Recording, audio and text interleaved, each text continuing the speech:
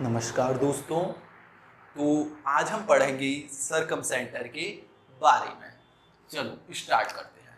दोस्त, कोई मेरा ट्रायंगल है ए बी सी। कोई ये मेरा ट्रायंगल है ए बी सी। चलो दोस्त, एक साइड ए बी है, एक बी सी है, एक सी ए है। दोस्त, सरकमसेंटर बनता कैसे है? चलो अब दोस्त मैं बात करूं कि मेरी ये साइड है, मेरी ये साइड है कोई ए बी। इससे आपसे कहा जाए ये कोई लाइन सेगमेंट है कि आप इसे बाइसेक्ट करो किसी लाइन के थ्रू, तो आप कहोगे कि ऐसी लाइन तो बहुत सारी हो सकती हैं जो इसे बाइसेक्ट करे। इन्फिनिटी नंबर ऑफ लाइन हो सकती हैं। बाइसेक्ट करे मतलब दो बराबर भागों में बांटे। चलो, लेकिन आपसे कहा जाए कि ऐसी लाइन से बाइसेक्ट करो जो इस पर परपेंडिकुलर भी हो, जो इस पर क्या हो, परपेंडिकुलर भी हो। तो किसी लाइन पर कोई किसी फिक्स पॉइंट से कोई एक ही लाइन क्या हो सकती है, परपेंडिकुलर। अब दोस्त यहाँ पे ये पॉइंट फिक्स कर दिया है क्या कि ये जो है बाइसेक्ट कर दी है, मतलब ये जो लाइन है ये यहीं पर फॉल करनी चाहिए। तो दोस्त यहाँ पर आने के लिए कोई एक फिक्स ही लाइन होगी जो इस पर परपेंडिकुलर होगी। तो दोस्त एक ही लाइन ऐसी होगी जो इस पर परपेंडिकुलर हो और इसे बाइसेक्ट करे। तो दोस्त यहाँ पर हम वही पढ़ेंगे। ठीक दोस्त, ए बी साइड को यदि मैं किसी लाइन के थ्रू बाइसेक्ट करता हूं और ऐसी लाइन के थ्रू जो क्या हो इस पर परपेंडिकुलर, मतलब साइड परपेंडिकुलर बाइसेक्टर। इसी तरीके से एक ऐसी लाइन से मैं AC को बाइसेक्ट करता हूं जो क्या हो इस पर परपेंडिकुलर। इसी तरीके से मैं BC को बाइसेक्ट करता हूं जो क्या हो इस पर परपेंडिकुलर। और दोस्त ये तीनों लाइन जहां पर मिलेंगी, ये तीनों लाइन एक ही पॉइंट से पास होंगी और वो पॉइंट मेरा कहलाता है सरकम सेंटर। वो पॉइंट क्या कहलाता है दोस्त? सरकम सेंटर। ये पॉइंट क्या कहलाएगा? सरकम सेंटर। इसे मैं जनरली कैपिटल O से रिप्रेजेंट करता हूं। ठीक, तो सरकम सेंटर क्या होता है? जहां पर साइड परपेंडिकुलर बाइसेक्टर मीट करते हैं, जिस पॉइंट पर इंटरसेक्ट करते हैं, that point is called circumcentre. कोई दिक्कत नहीं। अब दोस्त ये एक ही पॉइंट पर क्यों इंटरसेक्ट करते हैं वो भी देखेंगे। चलो दोस्त, अब ये सरकम सेंटर का मतलब क्या है? अब दोस्त ये जो है ये क्या है? Side perpendicular bisector. ये बिल्कुल इसका मतलब ये नहीं है कि ये कोई लाइन ए से आ रही है, नहीं, ये इस लाइन को बाइसेक्ट कर रही है और इस पे परपेंडिकुलर आ रही हो है। कहां से आ रही है ये नहीं पता मैं, ये जरूरी नहीं है ए से पास हो। ठीक, ए से पास होगी तो ये ऑल्टीट्यूड हो जाएगी। ठीक दोस्त, इसी तरीके से ये बी से पास हो ऐसा नहीं है बिल्कुल भी। बस ये क्या है, ये इसे बाइसेक्ट कर रही है और इस पर परपेंडिकुलर है, इसे बाइसेक्ट कर रही है और इस पर परपेंडिकुलर है, इसे बाइसेक्ट कर रही है और इस पर क्या है, परपेंडिकुलर। और जहां पर ये तीनों लाइन मिलती हैं उन्हें हम उस पॉइंट को हम कहते हैं circumcentre, represented by capital O। ठीक, चलो ये जो सरकम सेंटर होता है ना मेरा, जो मेरा ये सरकम सेंटर होता है, इस पॉइंट को मैं सेंटर मानकर एक ऐसा सर्कल ड्रॉ कर सकता हूं जो ट्रायंगल के तीनों वर्टेक्स से पास हो। जो क्या हो? ट्रायंगल के तीनों वर्टेक्स से पास हो। तो सरकम सेंटर को यदि मैं सेंटर मान के एक ऐसा क्या कर सकता हूँ, सर्कल ड्रॉ कर सकता हूँ जो तीनों वर्टेक्स से पास हो ट्रायंगल के। मतलब यहाँ पे 3 पॉइंट फिक्स हो गए। और दोस्त कभी भी मेरे 3 पॉइंट यदि फिक्स हो जाते हैं और उन तीनों पॉइंटों से पास होता हुआ मुझे सर्कल बनाना हो, तो ऐसा केवल एक ही सर्कल बन सकता है। तो मतलब केवल एक ही सर्कल बन सकता है जो किसी ट्रायंगल के तीनों वर्टेक्स से पास होता हो और जो उसका सेंटर होगा, that centre is called circumcentre. और सरकम सेंटर कैसे बनता है ट्रायंगल के अंदर? जो साइड परपेंडिकुलर बाइसेक्टर होते हैं, वो जहां पर मीट करते हैं उससे क्या बनता है मेरा दोस्त? सरकम सेंटर। कोई दिक्कत नहीं। और मैंने कहा कि ये ए से पास हो या ये बी से पास हो या सी से हो, ऐसा बिल्कुल जरूरी नहीं है। ठीक, अगर ये ऐसा होगा तो ये क्या हो जाएंगे? ऑल्टीट्यूड। स्पेशल केसेस में होता है वो देखेंगे।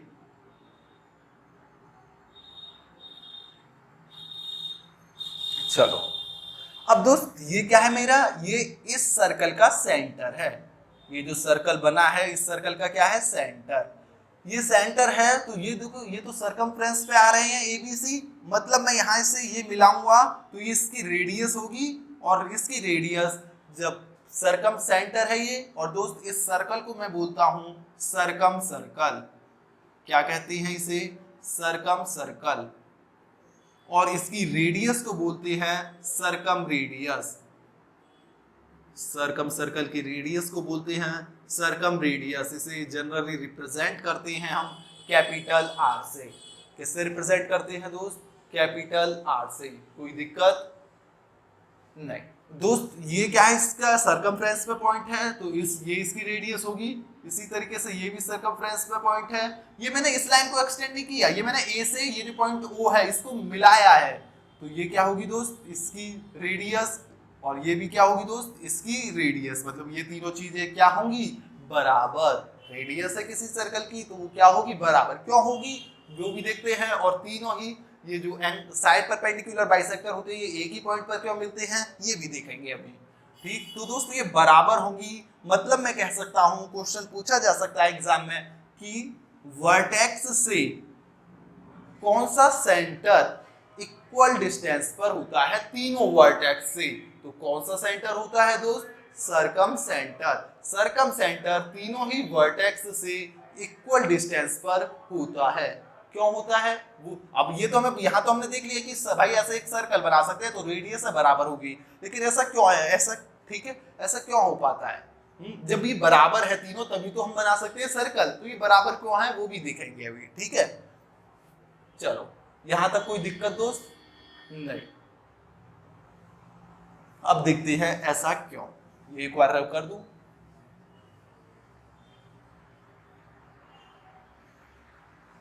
तो ये बराबर होती है, इस बात को प्रूव करना तो काफी इजी है। जैसे मान लीजिए कोई दोस्त ये लाइन है, इसे मैंने कह दिया ए, इसे कह दिया बी, और ये इसका क्या है, साइड परपेंडिकुलर बाइसेक्टर है। मतलब इस पर परपेंडिकुलर है और इस पर क्या कर रहा है, इसको बाइसेक्ट कर रहा है। मतलब इस पॉइंट को मैं अगर सी कह दूं तो ए सी इज इक्वल टू सी भी हो जाएगा। अब दोस्त इस लाइन पर जो साइड परपेंडिकुलर बाइसेक्टर है, इस लाइन पर मैं कहीं पर भी एक पॉइंट पर दोनों से मिलाऊं, बी से भी और ए से भी, चलो इसे नाम दे दिया डी। तो दोस्त ये दो लाइन हमेशा ही हमेशा बराबर होगी। ऐसा क्यों, चलो दोस्त ये क्या था, परपेंडिकुलर, तो ये 90 डिग्री, ये 90 डिग्री, मतलब ये भी 90 डिग्री कह दूं, हाँ। और दोस्त ये साइड मेरी बराबर है, और ये क्या है, ये जो DC है ये कॉमन है। मतलब दोस्त ये साइड मेरी बराबर हो गई, ये वाला एंगल ये एंगल बराबर हो गए, और ये कॉमन हो गई। तो क्या ये मेरी ऐसे ऐसे कॉन्ग्रुएंट प्रूव हो गए दोनों ट्रायंगल। और दोस्त दोनों ट्रायंगल जब मेरी कॉन्ग्रुएंट प्रूव हो गए तो सारी कॉरस्पॉन्डिंग चीज, कॉरस्पॉन्डिंग साइड या कॉरस्पॉन्डिंग एंगल क्या होंगे, बराबर। तो दोस्त मैं कह पाऊंगा कि जो DA और DB जो आपस में कॉरस्पॉन्डिंग है वो क्या होंगी, साइड बराबर। कह पाऊंगा। तो ये बात यहाँ यही तो हो रही है दोस्त। तो मैं यहाँ से कह पाऊंगा क्या कि OB और OC बराबर होंगी। इसी तरीके से अगर मैं इस लाइन के कॉरस्पॉन्डिंग का बात करूं तो मैं यहाँ से कह पाऊंगा क्या, AO और OC बराबर होंगी। अगर मैं इसके कॉरस्पॉन्डिंग बात करूं तो मैं कह पाऊंगा क्या कि OB और AO बराबर होंगी। मतलब ये तीनों क्या बराबर डिस्टेंस पर है इस पॉइंट से, सरकम सेंटर से, और दोस्त बराबर पर है, तो मतलब एक ऐसा सर्कल ड्रॉ किया जा सकता है जो तीनों वर्टेक्स से पास हो। कोई दिक्कत तो नहीं, आगे बढ़े। चलो दोस्तों, तो अब देखते हैं जो तीनों ये साइड परपेंडिकुलर बाइसेक्टर होते हैं ये तीनों एक ही पॉइंट से इंटरसेक्ट क्यों करते हैं। आइए, ये मेरा कोई ट्रायंगल है दोस्त ABC, ये मेरा A है, ये मेरा B है और ये मेरा C है। हालांकि इसे कोई ऐसे मतलब जानने की जरूरत नहीं है, आप बस याद रखना कि एक ही पॉइंट पर इंटरसेक्ट करते हैं, लेकिन फिर भी एक बार देख लीजिए दोस्त। ये मान लीजिए AB का कोई साइड परपेंडिकुलर बाइसेक्टर है, ये कोई AC का साइड परपेंडिकुलर बाइसेक्टर है और ये इस पॉइंट पर मिल रहे हैं। अब दो लाइन तो कहीं ना कहीं दोस्त मिलेंगी, वो मैंने मिला दी कि वो इस पॉइंट पर मिल रहे हैं। प्रूफ तो हमें ये करना है जो तीसरा साइड परपेंडिकुलर बाइसेक्टर है वो भी इसी पॉइंट से जाएगा, क्योंकि दो तो कहीं ना कहीं मिल रही होंगी। चलो दोस्त, दोस्त ये परपेंडिकुलर है और साइड बाइसेक्टर है, मतलब ये बराबर है इसके और ये बराबर है इसके। चलो दोस्त मैंने अभी पढ़ा, और जब ये बराबर है, अगर मैं इसे यहाँ से मिलाऊं, इसे यहाँ से मिलाऊं और इसे यहाँ से मिलाऊं और इस पॉइंट को O कहूँ, तो मैंने अभी थोड़ी देर पहले ही पढ़ा था कि AO बराबर होगा OB के, इसी तरीके से AO बराबर होगा OC के, तो मतलब OB भी बराबर हो जाएगा OC के, मतलब ये तीनों साइड मेरी क्या हो जाएंगी, बराबर कह दूं। हाँ चलो दोस्त ये पॉइंट O है। मैंने क्या किया कि इसका मिड पॉइंट लिया, इसका मिड पॉइंट मतलब जो इसे बाइसेक्ट कर रहा हो वो ऐसा पॉइंट जो इसे बाइसेक्ट कर रहा हो, मिड पॉइंट वही तो होगा। दोस्त मैंने वहां से एक लाइन ड्रॉ करी जो इस पॉइंट O से पास हो रही हो, जो इस पॉइंट O से पास हो रही हो, मैंने एक ऐसी लाइन ड्रॉ करी, मतलब ये लाइन जो है ये इसे बाइसेक्ट कर रही है। अब वो दोस्त कहीं से भी गुजार सकते हैं हम किसी भी लाइन को, लेकिन दोस्त अगर मेरे को अब ये नहीं पता कि ये 90 डिग्री है या नहीं, अगर मैं ये प्रूव कर पाया कि ये 90 डिग्री है तो मतलब मेरा प्रूव हो जाएगा, फिर ये क्या हो जाएगा, साइड परपेंडिकुलर बाइसेक्टर, और तीनों एक ही पॉइंट से पास हो रहे होंगे। अब एक पॉइंट से तो हो रहे हैं, लेकिन मुझे नहीं पता ये बाइसेक्टर है, ऐसा तो हम को पता है, लेकिन ये परपेंडिकुलर है ये नहीं पता, क्योंकि बाइसेक्टर हमने ले लिया है, और बाइसेक्टर ले लिया है तो इस पॉइंट से पास करना है तो इस पॉइंट से पास कर दिया। लेकिन हमें तो ये प्रूफ ये पता होना चाहिए कि क्या है, परपेंडिकुलर, ये प्रूफ करना है हमें। तो चलो देखते हैं, अगर ये प्रूफ कर लिया हमने कि ये परपेंडिकुलर है तो हमारा प्रूफ हो गया कि तीनों साइड परपेंडिकुलर बाइसेक्टर एक ही पॉइंट से पास होते हैं। चलो दोस्त ये दोनों साइड बराबर है, अगर मैं इसे F कह दूं पॉइंट को, तो दोस्त ये दोनों साइड बराबर है क्योंकि ये इसका मिड पॉइंट है, क्योंकि ये जो OF है ये क्या है, साइड बाइसेक्टर, तो ये दोनों साइड दोस्त बराबर है। ठीक, तो दोस्त और आप देखो BOF में और COF में ये साइड क्या है मेरी, कॉमन। दोस्त ये साइड कॉमन है, ये और ये बराबर हैं, ये और ये बराबर हैं, तो क्या ये दोनों ट्रायंगल ट्रिपल एस प्रॉपर्टी से कॉन्ग्रुएंट प्रूव हो गए। कौन से, BOF और COF। और दोस्त जब दो ट्रायंगल मेरे कॉन्ग्रुएंट प्रूव हो गए तो दोनों ट्रायंगल के जो कॉरस्पॉन्डिंग एंगल्स होंगे वो क्या होंगे, बराबर। तो दोस्त यहाँ पे कॉरस्पॉन्डिंग एंगल्स क्या हैं, ये और ये। अरे दोस्त BOF सिमिलर है COF के, तो दोस्त F और F एक जगह आ रहे हैं, मतलब ये जो F पर एंगल बन रहा है दोनों ट्रायंगल में वो कॉरस्पॉन्डिंग एंगल है, हम कॉन्ग्रुएंसी अच्छी तरीके से कर चुके हैं। तो दोस्त ये क्या है, दोनों कॉरस्पॉन्डिंग, और पूरी लाइन पर कितना एंगल बनता है, 180। और दोस्त ये दोनों कॉरस्पॉन्डिंग एंगल है तो बराबर होनी चाहिए, तो 180 को दो बराबर हिस्सों में बांटना तो कितना आएगा, 90 डिग्री 90 डिग्री, मतलब ये एक एंगल कितने का है, 90 डिग्री, ये कितने का है, 90 डिग्री। दोस्त ये बाइसेक्टर तो था ही, ये अब प्रूव हो गया कि ये परपेंडिकुलर भी है और ये इस पॉइंट से पास हो रहा है। तो मैं कह पाऊंगा कि जो तीनों साइड परपेंडिकुलर बाइसेक्टर होते हैं वो एक ही पॉइंट पर इंटरसेक्ट करते हैं। आई बात समझ में, कोई दिक्कत नहीं।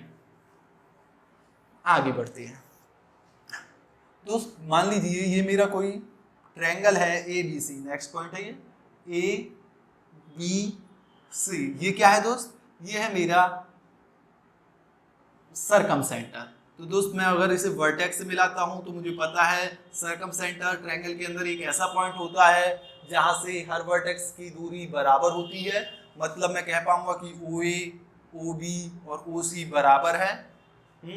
तो दोस्त एक चीज याद कर लेना, एंगल BOC, ये जो एंगल आपको मिलेगा, ये जो एंगल है ये इक्वल्स टू होगा ट्वाइस ऑफ, दोस्त मैंने B और C बेस लिया है ना, तो दोस्त इसके जो अपोजिट वर्टेक्स बचा उसका ट्वाइस, तो ट्वाइस ऑफ एंगल A। इसी तरीके से मैं बात करूं AOB की, एंगल AOB की AB वाला AB साइड आई गई है इसमें, तो कौन सी नहीं आई, C, तो ट्वाइस ऑफ एंगल C, या इसके जो सामने है, सामने का मतलब जो इसके पीछे है, कैसे भी याद कर लेना। इसी तरीके से AOC, angle AOC equals to होगा ट्वाइस ऑफ एंगल BK, तो ये आपको याद होना चाहिए। ठीक है, कैसे आता है वो अभी देखते हैं हम। ठीक है, तो angle BOC will be equals to twice of angle A, angle AOC equals to twice of angle B, angle AOB equals to twice of angle C, कोई दिक्कत नहीं। देखते हैं ये आया कैसे। चलो दोस्त, मैंने क्या किया, इस लाइन को एक्सटेंड किया। अब दोस्त ये नहीं कि ये परपेंडिकुलर हो रहा है, ये तो मैंने जो ए से लाइन आ रही है उसी को एक्सटेंड किया है। ये नहीं कि ये साइड परपेंडिकुलर बाइसेक्टर हो गया। ठीक है, ये इसे मैंने एक्सटेंड किया। दोस्त आप ट्रायंगल ए ओ बी में बताओ तो ये दोनों साइड बराबर हैं, ये दोनों साइड बराबर है मतलब ये एंगल और ये एंगल बराबर होंगे, तो दोस्त मैं इसे अल्फा कह दिया तो ये भी कितना होगा अल्फा। दोस्त इसी तरीके से ए और सी में भी ये दो साइड बराबर हैं मतलब ये दो एंगल बराबर होंगे, तो अगर मैं इसे बीटा कह दूं तो इसे क्या कहूंगा बीटा, कोई दिक्कत नहीं। और दोस्त हम एक्सटीरियर एंगल प्रॉपर्टी पढ़ चुके हैं ट्रायंगल के अंदर, ये अल्फा है ये अल्फा है तो ये कितना होगा, तो आप कहोगे ये 2 अल्फा हो जाएगा, ये बीटा है ये बीटा है तो ये कितना हो जाएगा, तो आप कहोगे ये 2 बीटा हो जाएगा। दोस्त ये एंगल ए जो है ये मेरा है अल्फा प्लस बीटा, और जो एंगल BOC है वो मेरा है twice of 2 alpha plus 2 beta. मतलब क्या ये इसका दुगना नहीं है, दुगना है तो मैं कह सकता हूँ कि ये एंगल जो है ट्वाइस ऑफ एंगल ए है, तो क्या ये प्रूव हो गया, क्या कह दूं हाँ, कोई दिक्कत नहीं। आगे बढ़े, चलो पॉइंट नंबर नेक्स्ट। ये दोस्त ए है, ये बी है, ये सी है।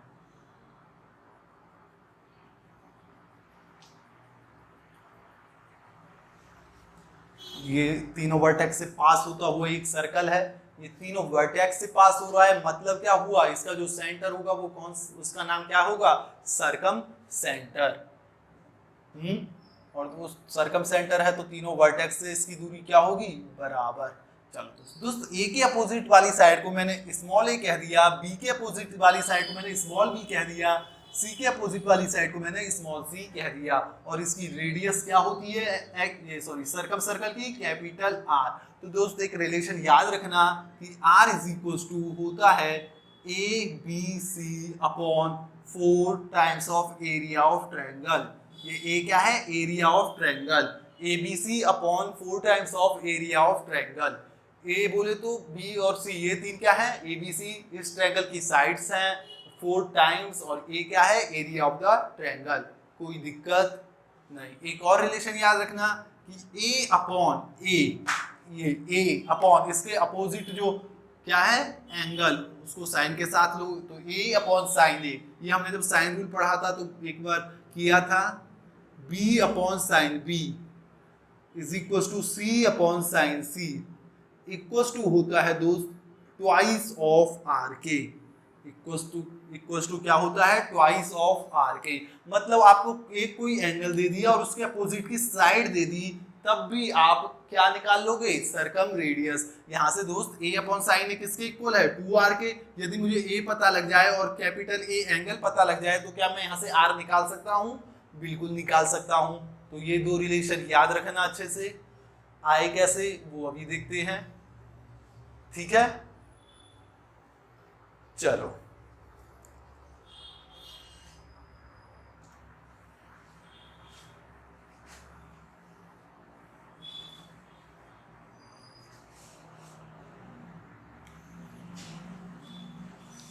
दोस्त मैंने क्या किया, ये दो जो पॉइंट मिलता है इसे, अब ये पॉइंट O है और ये पॉइंट साइड परपेंडिकुलर बाइसेक्टर से मिलता है, तो मैंने इसे साइड परपेंडिकुलर बाइसेक्टर है, ये क्या, इस पॉइंट को नाम दे दिया D।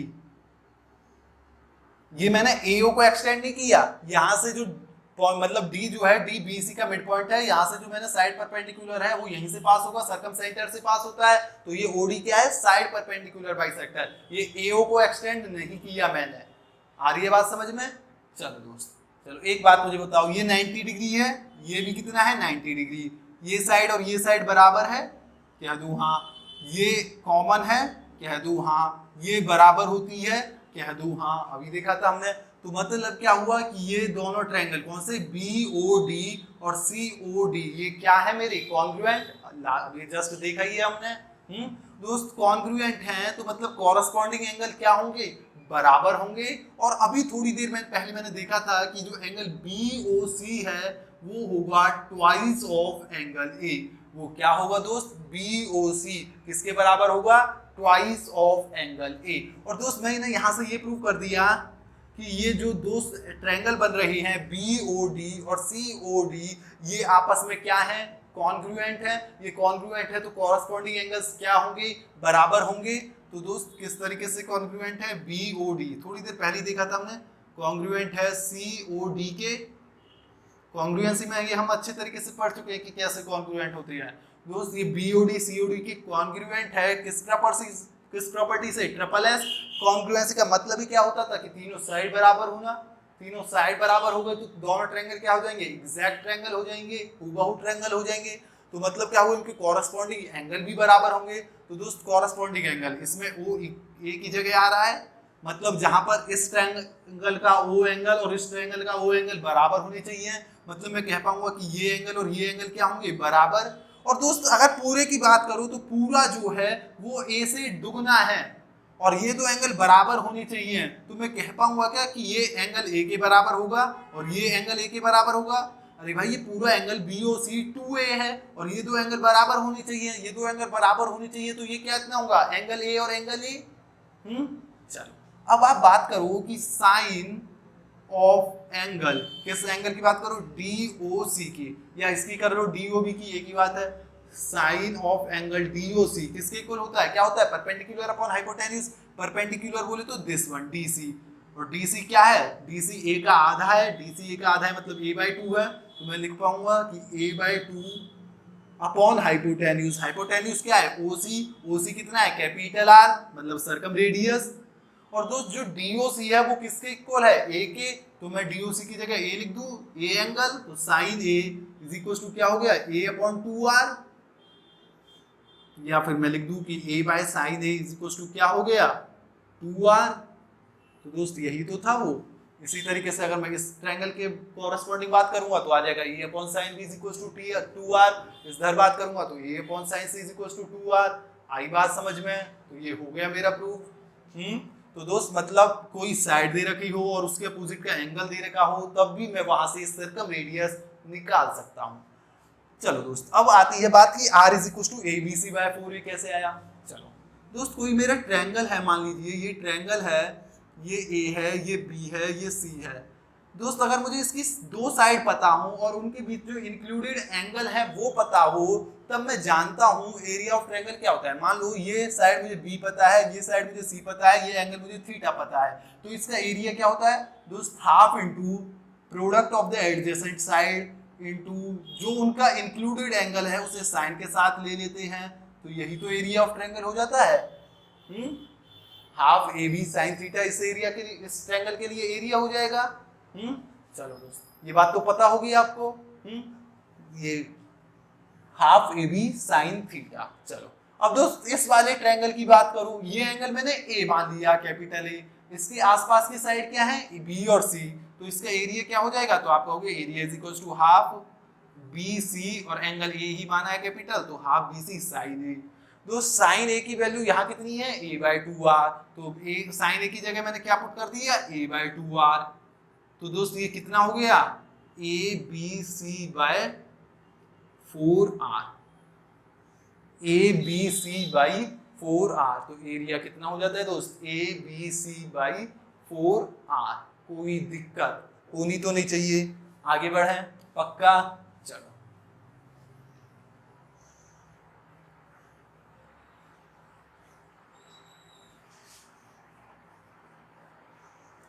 Point number next. दोस्त कोई मेरा ट्रायंगल है, कोई भी, ये पॉइंट मान लो A है, ये B है, ये C है। दोस्त इन सेंटर हम पढ़ चुके हैं। अब इसके अंदर दोस्त एक पॉइंट है इन सेंटर I और एक पॉइंट है सरकम सेंटर O।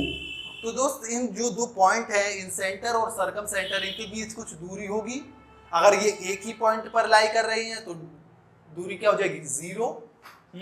तो दोस्त इनके बीच कुछ दूरी होगी, तो वो दूरी, उस दूरी को मैंने रिप्रेजेंट कर दिया स्मॉल d से, किसी से भी रिप्रेजेंट कर लो। तो वो दोस्त जो इनके बीच का इन सेंटर और सरकम सेंटर जो पॉइंट होता है उसके बीच की जो डिस्टेंस होती है वो होती है मेरी under root capital R²। Capital R मतलब circumradius minus twice of R into R, minus twice of R into small r। ये इन सेंटर और सरकम सेंटर के बीच की डिस्टेंस का फॉर्मूला है। कैसे आया वो हमें यहाँ पर जानने की कोई जरूरत नहीं है। अगर आप फिर भी कहोगे कि देख लेते हैं एक बार कैसे आया, तो जब हमारी पूरी ज्योमेट्री हो जाएगी तो अलग से किसी वीडियो में, क्योंकि अगर यही 10-15 मिनट ले लेगा वरना कि कैसे आया, तो अलग से किसी वीडियो में हम कर लेंगे, ठीक है। चलो अब दोस्त एक बात मुझे बताओ, कोई ये दो पॉइंट है तो कुछ ना कुछ दूरी तो होगी इन सेंटर और सरकम सेंटर के बीच, उस दूरी को हमने डी बोल दिया और इस फॉर्मूले से। अब दोस्त हो सकता है वो दोनों पॉइंट मतलब इन सेंटर और सरकम सेंटर दोनों एक ही पॉइंट पे लाई कर रहे हो, तो अब डी क्या हो जाएगा 0। और दोस्त अगर दो अलग अलग जगह लाई कर रहे हो तो हमेशा डिस्टेंस तो 0 से बड़ा ही होगा। तो मैं यहाँ से कह पाऊंगा कि डी विल बी ग्रेटर और इक्वल टू 0, कह दूं हाँ। तो दोस्त मैं यहाँ से कह पाऊंगा कि R square minus twice of R, R का root will be greater equal to 0। Equals to 0 कब होगा, जब दोनों एक ही पॉइंट पे लाई करेंगे। तो यहाँ से मैं कह पाऊंगा दोस्त कि R square minus twice of R to small R will be greater than 0, दोनों तरफ स्क्वायर कर दिया। तो दोस्त R square greater than twice of R, R दोस्त एक आर से एक आर कैंसल। तो जो ये कैपिटल आर है मतलब सरकम रेडियस है, ये हमेशा बड़ा होगा ट्वाइस ऑफ आर से या फिर बराबर होगा ट्वाइस ऑफ स्मॉल आर के। सरकम रेडियस हमेशा दुगनी ऑफ मतलब ट्वाइस ऑफ इन रेडियस से बड़ी होगी या बराबर होगी। बराबर किस केस में, जब d 0 के इक्वल हो जाएगा। अरे भाई बराबर किस केस में होगी 2r के, जब d 0 के इक्वल हो जाएगा, या फिर ये हमेशा 2r या 2r से बड़ी होगी जो हमारी सरकम रेडियस होगी। आर आर क्या मतलब, आर एक कैपिटल आर है, एक स्मॉल आर है दोस्त। अगर आप थोड़ा मतलब मैंने कुछ गलत बोल दिया हो तो माफ करना। मतलब जो मेरा सरकम रेडियस है वो हमेशा ट्वाइस ऑफ स्मॉल आर मतलब ट्वाइस ऑफ इन रेडियस से बड़ा होगा या बराबर होगा। बराबर किस केस में होगा, बराबर उस केस में होगा जब दोनों ही पॉइंट इन सेंटर और सरकम सेंटर एक ही पॉइंट पर लाई कर रही होंगी, कोई दिक्कत नहीं। और वो दोस्त एक ही पॉइंट पर लाई करते हैं इक्विलैटरल ट्रायंगल में, वो हम बाद में बात कर रहे होंगे। लेकिन अभी के लिए एक लाइन लिख लो कि ये जो इन सेंटर और सरकम सेंटर, ये जो 2r है, r इक्वल टू 2r होता है किस केस में, किस केस में, इक्विलैटरल ट्रायंगल के केस में, ठीक। अदरवाइज ये हमेशा r 2r से बड़ा ही होगा। तो क्वेश्चन कैसे आ सकता है इस पर कि क्या कहते हैं, इनमें से कौन सा सरकम रेडियस और इन रेडियस का रेशियो नहीं हो सकता, इस तरीके से क्वेश्चन आ सकता है। चलो तो देखेंगे हम क्वेश्चन कैसे आते हैं, आगे बढ़ते हैं। तो जो सरकम रेडियस है वो हमेशा ट्वाइस ऑफ इन रेडियस से बराबर होगा या फिर बड़ा होगा। तो अगला पॉइंट डाल दो दोस्त, position of circumcentre in a triangle. जो इन सेंटर था वो हर ट्रायंगल के अंदर, मेरे ट्रायंगल के अंदर ही होता था। जो इन सेंटर होता है वो हर केस में ट्रायंगल के अंदर ही फॉर्म होता है, लेकिन इन सेंटर हर केस में अंदर हो ऐसा जरूरी नहीं है ट्रायंगल के। तो दोस्त एक होता है मेरा acute angle triangle. Acute angle triangle में ये जो मेरा सरकम सेंटर होता है ये हमेशा circumcentre always lies inside the triangle. किस केस में, in case of acute angle triangle. Acute angle triangle में ये जो सरकम सेंटर होता है ये हमेशा कहां लाई करता है, ट्रायंगल के अंदर, ठीक। दोस्त अगर मैं बात करूं ऑब्ट्यूज एंगल ट्रायंगल के केस में, ऑब्ट्यूज एंगल ट्रायंगल के केस में तो इसका साइड परपेंडिकुलर, इसका साइड परपेंडिकुलर और इसका साइड परपेंडिकुलर, ये हमेशा बाहर लाई करता है।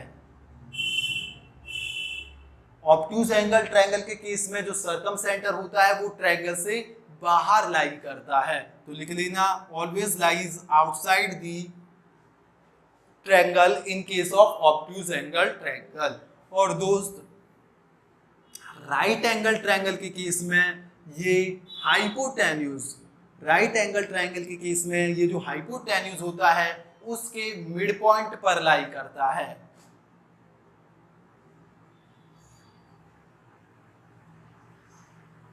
हाइपोटेन्यूज के मिड पॉइंट पर लाई करता है राइट एंगल ट्रायंगल के केस में। कहां पर दोस्त? हाइपोटेन्यूज के मिड पॉइंट पर। तो ये आप बस याद रखना कि क्या एक्यूट एंगल ट्रायंगल में अंदर लाई करता है, ऑब्टूज एंगल ट्रायंगल में सर्कमसेंटर बाहर लाई करता है, जबकि राइट एंगल ट्रायंगल के केस में ये हाइपोटेन्यूज के मिड पॉइंट पर लाई करता है। आइए देखते हैं आगे। ये जो राइट एंगल ट्रायंगल वाला केस है ये इंपॉर्टेंट है।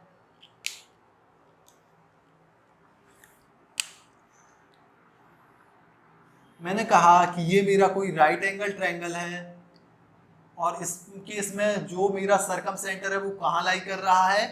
हाइपोटेन्यूज के मिड पॉइंट पर।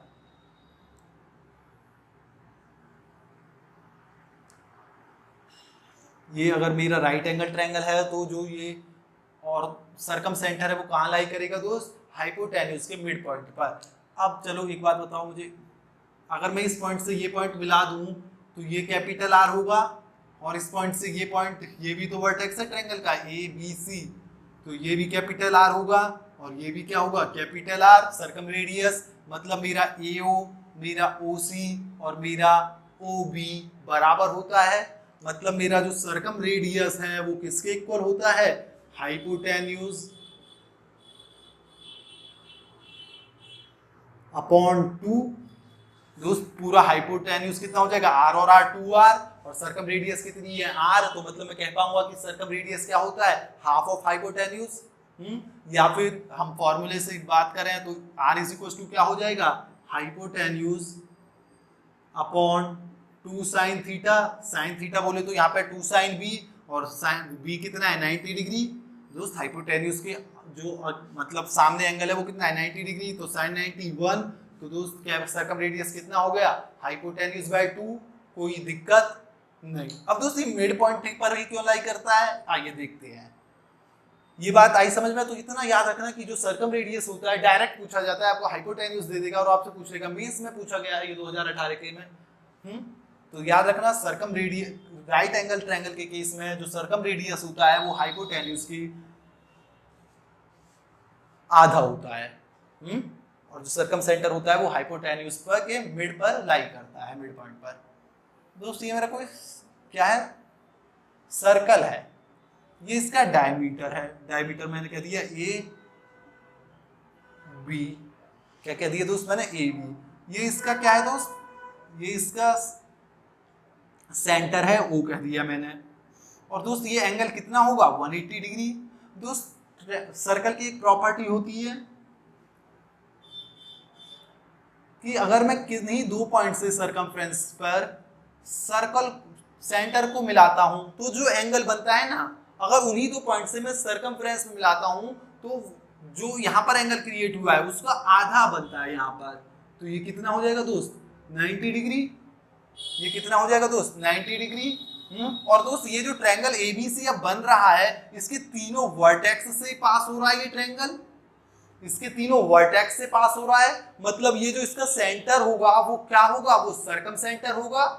अरे भाई किसी ट्रायंगल के तीनों वर्टेक्स से पास हो रहा है तो वो सर्कल कैसा होगा? Circum centre. तो ये क्या आ रहा है दोस्त? 90 डिग्री। और इसका जो ये है ये भी तो क्या होगा? मेरा रेडियस। तो ये मेरा कैपिटल R, ये भी यहाँ कैपिटल R और ये भी कैपिटल R। और ये क्या है इसके लिए? जब ये 90 डिग्री है तो ये कौन सी साइड होगी? हाइपोटेन्यूज। और दोस्त ये क्या हो जाएगा? ये मिड पॉइंट है, क्योंकि ये भी रेडियस है, ये भी रेडियस है। तो यहाँ से भी बात समझ में आई कि जो 90 डिग्री अगर ये मेरा एंगल होगा तो जो मेरा सर्कम सेंटर होगा वो कहाँ लाई करेगा? हाइपोटेन्यूज के मिड पॉइंट पर। अब ये दोस्त 90 कैसे हुआ? अगर ये 180 है तो वो हम सर्कल में बात कर रहे होंगे। ठीक है, चलो दोस्त एक बात यहां से याद रखना, क्या?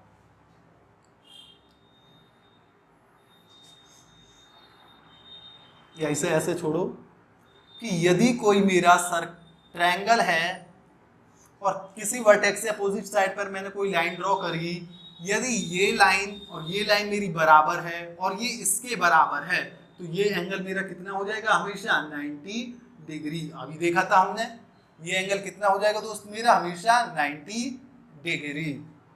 आई बात समझ में? यदि मैं कहता हूं कि ये मेरा A है, ये मेरा B है, ये मेरा C है, ये पॉइंट मैंने M कह दिया। अगर मैं कह दूं कि AM is equal to BM is equal to MC है, तो मेरा एंगल ये कितना हो जाएगा दोस्त? 90 डिग्री। या फिर मैं कह दूं कि M जो है, M is the mid point of BC and AM is equal to BM। तो दोस्त ये जो मेरा क्या है, एंगल ए कितना हो जाएगा? 90 डिग्री। या मैं कह दूं कि ये जो मेरा AM है ये आधा है BC से, तो भी एंगल ए मेरा कितना हो जाएगा दोस्त? 90 डिग्री। अरे तीनों बात एक ही तो है। आ रही है बात समझ में? कोई दिक्कत नहीं? ये हमने जस्ट पहले देखा है जो राइट एंगल ट्रायंगल का केस पढ़ा है। तो ये ध्यान रखना कि यदि मैं किसी वर्टेक्स से अपोजिट साइड पर कोई भी CBN ड्रॉ करता हूं, तो ये अगर ये दो साइड मतलब ये और ये तीनों मेरी बराबर हो जाती हैं, तो ये एंगल कितना हो जाएगा? 90 डिग्री। कोई दिक्कत नहीं। आगे बढ़े, चलो सरकम सेंटर का लास्ट पॉइंट, तो लिख दो heading, circumcentre in case of equilateral triangle. अब दोस्त इक्विलेटरल ट्रायंगल की यदि मैं बात करूं, इक्विलेटरल ट्रायंगल में मेरे तीनों एंगल्स जो होते हैं वो क्या होते हैं? वो बराबर होते हैं। तीनों एंगल बराबर होते हैं मतलब तीनों एंगल मेरे 60 डिग्री के होते हैं।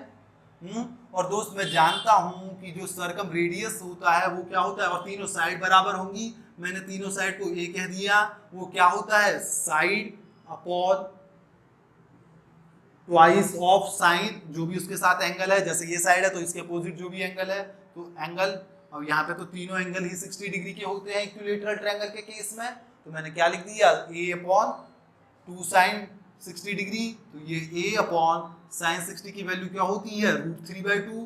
√3 से √2 से 2 कैंसल, तो दोस्त सर्कम रेडियस की वैल्यू क्या आई? ए अपॉन √3। तो इक्विलेटरल ट्रायंगल के केस में अगर मुझसे वो साइड देके सर्कम रेडियस पूछ ले तो कितनी हो जाएगी? ए अपॉन √3। और दोस्त ध्यान हो तो इक्विलेटरल ट्रायंगल के केस में जो इन रेडियस होती है, जब हमने इन सेंटर पढ़ा था तो पढ़ा था कि ये होती है a अपॉन 2√3। और जो क्या होता है x रेडियस होती है, जिसे हम RA से रिप्रेजेंट कर रहे थे, वो क्या होती है दोस्त? Thrice of in radius. याद है? तो मतलब मैं यहां से कह पाऊंगा कि x radius is to circum radius is to in radius. अब आप दोस्त यहां से देखो, यहां तो मुझे पता है कि जो x रेडियस है वो 3 गुना होती है किसके? इन रेडियस की। वो तो हम पहले पढ़ चुके हैं। लेकिन आप इन दोनों केसेस में देखो तो आप देखोगे ये a/√3 यहाँ 2 से डिवाइड हो रहा है, मतलब जो मेरा कैपिटल R है, जो मेरा सर्कम रेडियस है, वो इन रेडियस का डबल है। अरे आप दोनों को डिवाइड कर दो तो ये R अपॉन R, ये कितना है? a√3, ये कितना है? a/2√3। तो दोस्त √3 से √3 गया, a से a गया, तो कितना बचा? और ये 2 ऊपर आ जाएगा, r upon r is equal to 2:1। मतलब सर्कम रेडियस दुगना होता है इन रेडियस से। ये हमने थोड़ी देर पहले बात कर रही थी जब डिस्टेंस की बात कर रहे थे हम इन सेंटर और सर्कम सेंटर की। जो हर केस में जो मेरा सर्कम रेडियस होता है वो twice of r small r, मतलब इन रेडियस से बड़ा होगा, ये बराबर होगा। तो बराबर किस केस, सॉरी 2r के बराबर किस केस में हो रहा है दोस्त? इक्विलेटरल ट्रायंगल के केस में। मतलब इक्विलेटरल ट्रायंगल के केस में जो इन रेडियस और सर्कम रेडियस होती है वो एक ही पॉइंट पर लाई करते हैं। इवन सेंट्रॉइड भी उसी पॉइंट पर लाई करता है और ऑर्थो सेंटर भी, वो हम बाद में पढ़ेंगे। तो दोस्त क्या बोला मैंने कि जो सर्कम रेडियस होता है वो दुगना होता है इन रेडियस का इक्विलेटरल ट्रायंगल के केस में। तो मतलब मेरा r जो होता है वो क्या होता है? 2:1। और अभी मैंने देखा था कि जो मतलब जब हमने एक्स सेंटर पढ़ा था कि जो x रेडियस होता है इक्विलेटरल ट्रायंगल के केस में और जो इन रेडियस होता है उनका रेशियो होता है 3:1। तो यहाँ से मैं कह पाऊंगा कि x radius is to circum radius is to in radius, इसका रेशियो क्या हो जाएगा? 3:2:1। आई बात समझ में? कोई दिक्कत नहीं। ये हमने सरकम सेंटर की सारी थ्योरी कवर कर ली। तो उम्मीद करता हूं आज की क्लास आई होगी समझ में। अगर कुछ नहीं आया समझ में तो एक बार मुझे कमेंट सेक्शन में जरूर बताना, मैं ट्राई करूंगा दोबारा समझाने की जब पूरा ज्योमेट्री हमारा हो जाएगा उसके बाद।